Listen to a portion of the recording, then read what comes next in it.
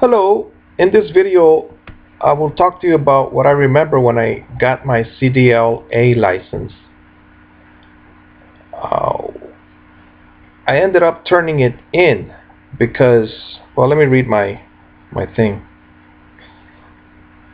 I remember going to the class in Tennessee. I took the truck driving class in Miami at the CDL school. And then I got a job with Covenant, but they were testing me the first week in Tennessee, and they paid for the Greyhound ticket.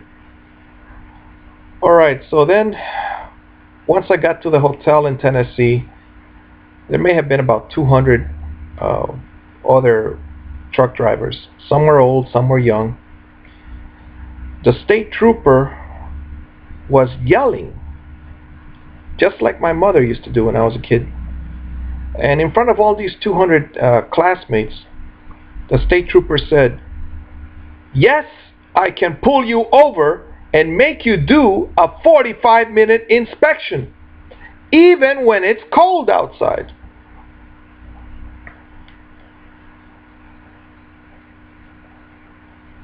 Now, I didn't want to be near this guy.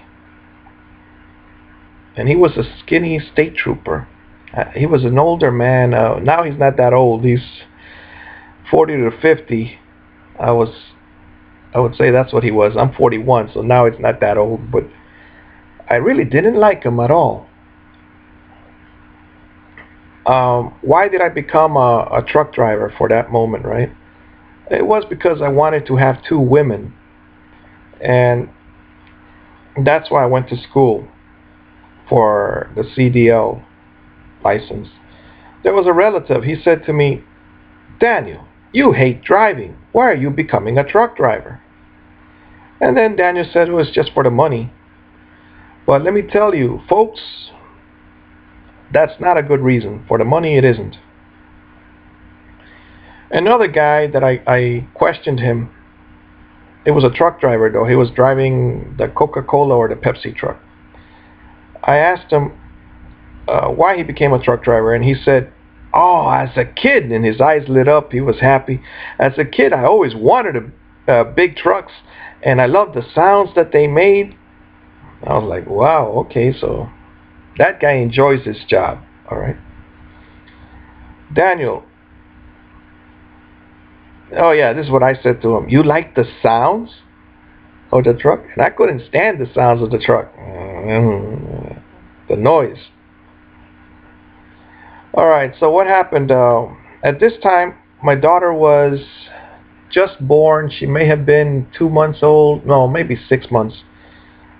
And I loved waking up to my daughter would pick up her feet on the crib, and then she would boom, and it would make a sound, boom, boom, boom, boom, boom, and that's how she would wake me up in the mornings. And I liked when I was up there in Tennessee. I remember that every morning I would wake up and I couldn't hear that sound, and so I felt homesick. I wanted to be near my daughter. And then in Tennessee, I was sleeping with a soldier that was on the phone calling his pregnant wife with the first child. Now, he was my teacher, supposedly. I was supposed to go on a truck with him, but the truck was being fixed. And so that's why. But every night he was calling his wife. And he had told me that there were no jobs in Alabama. And so, like, he got out of the Marines. And there he was every night calling his wife. Then a week went by, and one teacher bought golf clubs. I'll say a teacher, but he was really a truck driver. But they had, at this complex, the company had students like myself, and they were being matched up with real truck drivers. And one of these real truck drivers, I called him a teacher, his truck, something was wrong with his truck.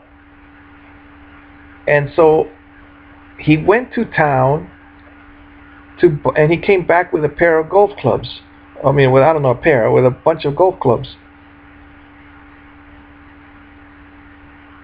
And I was in shock because I said, "What? You don't have time to go play golf?" I mean, I thought it was a terrible thing to do, but I mean, if you like to play golf, all right. I thought it was a waste of money, and you don't have time for that. And then others, they were doing laundry. I had spent $100 on food, and it was $100 from the company. The hotel didn't have a swimming pool. Now, all right, that's okay. The hotel didn't have a swimming pool. There was a 19-year-old student, and he ran to town 6 miles, or maybe it was 3 and 3 back. But and then, of course, there was a young woman, and she was interviewing all of us. And so this guy was ahead of us, and I was listening to the interview. He was 19 years old. And she said, "You have had 24 jobs since high school?" And he said, "Yes." And she said, she said that she wanted somebody reliable, something like that. And then he answered her, "I thought I was supposed to find out what I like to do." All right, so companies, they don't like it when you have too many jobs on your resume. All right, then there was the drug test. Some were sent home. So we finally had elbow room, you know. But then there were a bunch of Puerto Ricans from Puerto Rico, and they walked as tough guys. You could see the group because they had recruited a group of Puerto Ricans for this. And they walked as tough guys. And I didn't walk as a tough guy at all because in the USA, you'll get caught if you hit somebody with a knife or something. You'll get caught. So like I always walked around everybody, made sure I didn't get in anybody's nerves. There were some black soldiers, and they were talking about the pretty white girls they had had in Europe. The jungle training. One time they were digging and uncovered a pit of snakes, and they covered them up again. One had bought a condo in Miami, and he needed this job. On the bus back, on the bus ride back, as I quit, right? I mean, I was waiting for the truck to be fixed. It was Friday, Saturday, Sunday. I said, Monday it's not fixed. And I said, I'm going home because I hated wasting time and being away from my daughter. So then on the bus ride back on Greyhound, the company paid for my ticket to get back. One was a school teacher. He had been a truck driver, but he didn't make it. And he told this boy, when we went to the McDonald's, he told this boy eating at McDonald's to use a napkin. And I said, "You shouldn't talk to kids." And then he said, "Oh, I'm a teacher. I always talk to kids." And then the other black Haitian, he lived in my building, and he had gone to school with me. And he just told me that something went wrong with that training. All right, so why did I leave? My truck was not ready Friday, Saturday, and Sunday, and 2 trucks were in line ahead of it. That's when I wanted to be a mechanic again. But I quit because I was wasting time. I'm not going to spend time away from my daughter. I had gone because they told me that in Florida you're not going to get a job unless you have at least 2 years experience driving a truck, or at least 1 year. And this is another one. I liked the hotel girl in the lobby. She was weird because she was real feminine, and she was a southern gal or a southern belle or something like that. And the only thing I came up with to talk to her about was what was the name of her insurance company. And the next morning I asked her how far was the airport from there. And that was it. But she was a pretty girl. I was like, wow. I haven't met any girls like this in Chicago or in Chicago. They wore blue jeans. They looked tough, like New York, the girls. And in Miami, Well, in Miami, I really didn't meet that many girls. Uh, I mean, you go dancing and they don't want to dance with you, so like,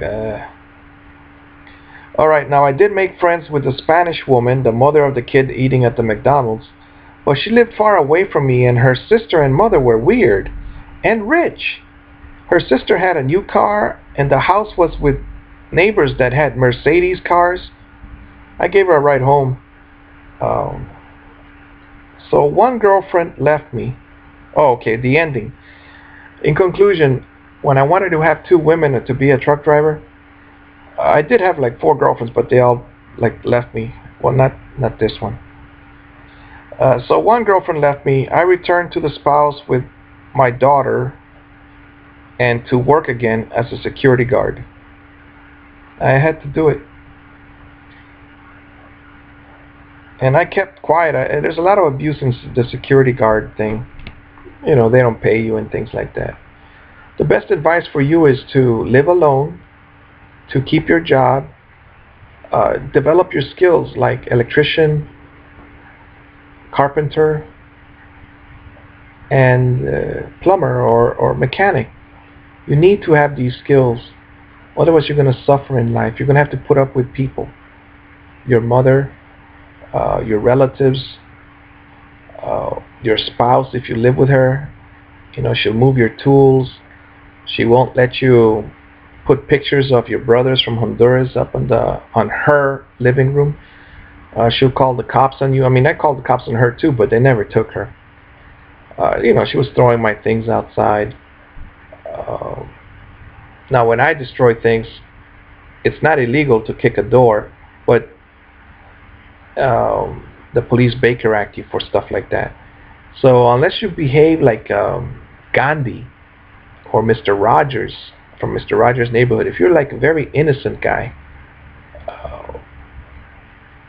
I believe that, gosh, there are no men like this. They're almost very feminine. So the best advice is to live alone, because at some point you're gonna get so upset you're gonna kick the wall or something, and then you get Baker acted. So live alone and just go visit your children all the way from, if you work at a school, you work there until what, 3-4 o'clock, and then you go to visit your kids, and you pick them up from somewhere, and you stay with your kids until 9 o'clock at night. You read them a bedtime story, then you get out of there. I would recommend having a homeless cart or something so you could have sex with the girlfriend or the mother of the kids. But definitely do not live with her. Do not live with any woman. I still haven't accomplished that. I still live with 3 of them. Well, my daughter, my daughter is pretty good now. She reads with me. My spouse, we are not talking to each other at all. Well, she doesn't talk anyway. I told her that she does love me, because I told her she made some eggs for me the other day, and I said, look, if you love me, then respect me and give me more than just eggs. And she says, no, that's it. I just don't want you to be hungry. Well, I also have a feeling that, you know, my son is hiding the cereal, but there's no milk now. So it's difficult to live with them. I think she's cooking eggs for me so that I won't eat the cereal or something. And then my mother. Well, you can watch all my other videos. She asked a neighbor for a ride to the supermarket right now. I don't know why they're taking a long time in that car. They're still there. They already came back. Unless it's somebody else. Who would park in that? Nah, it's probably my mother talking. Oh well. Enjoy your life.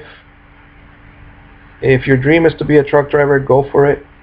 If it isn't, then keep searching. You will find. Please go read the human rights. Please buy the human rights passport. You can look up Gary Davis and the World Service Authority. So you could buy the human rights passport. I found out that right now, I just filled out the application, it's $45 for a passport that's good for 3 years. Look into it. Human rights, the Universal Declaration of Human Rights. Mrs. Eleanor Roosevelt helped to get it passed in 1948. It's a very important document. Talk to you later, my friends.